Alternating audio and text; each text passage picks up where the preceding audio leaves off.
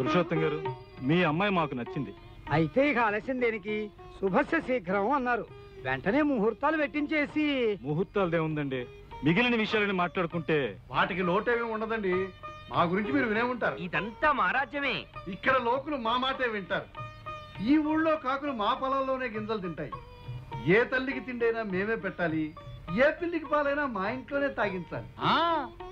ఊళ్ళో ఎవరు గుండి గీగించుకోవాలన్నా వీళ్ళే డబ్బులు ఇవ్వాలి. అంతేకాదు, ఏ గేదెకు దురదీసినా మా చెట్లకే గోక్కోవాలి, ఏ పందికి సరదా పుట్టినా మా బురదలోనే పొరలాలి, ఏ కుక్కకు టీయమనిపించినా. ఆపరా, అలా గించుకుంటూ మన చరిత్రంతో చెప్పక్కర్లేదు.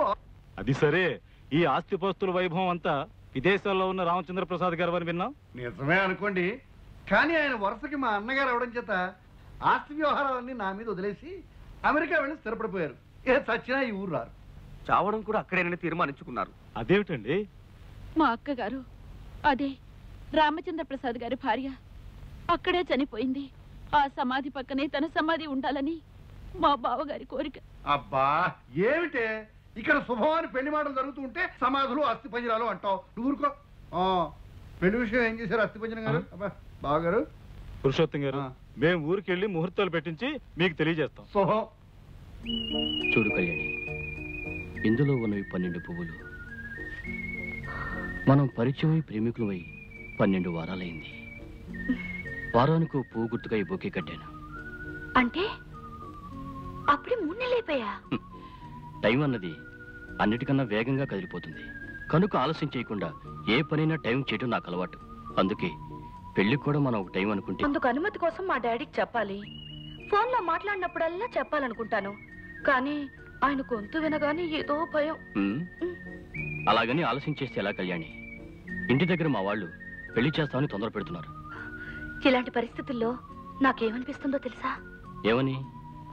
ఆడపిల్లకి పురాణాల్లో లాగా స్వయంవరం ఏర్పాటు చేస్తే ఎంత బాగుంటుందో.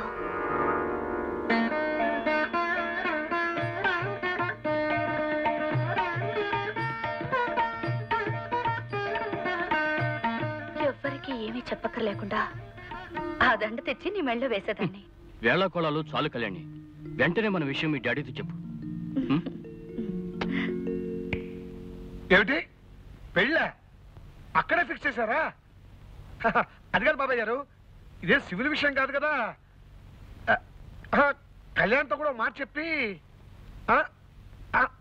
అది కాదు, నిజమేననుకోండి, మీ మాట కళ్యాణ్ కాదందు. ఓకే చెప్తానండి. అలాగే కళ్యాణ్ రాగానే అన్ని విషయాలు మాట్లాడి రేపు మీకు ఫోన్ చేస్తాను.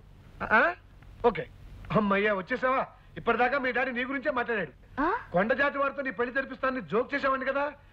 ఇప్పుడు నీకు అమెరికా సంబంధం చూసి ఆ జోక్ ని షేక్ చేసి పారేశాడు మీ డాడీ. అమెరికాలో సెటిల్ అయిన తెలుగు వారితో నీ పెళ్లి ఖాయం చేశాడట.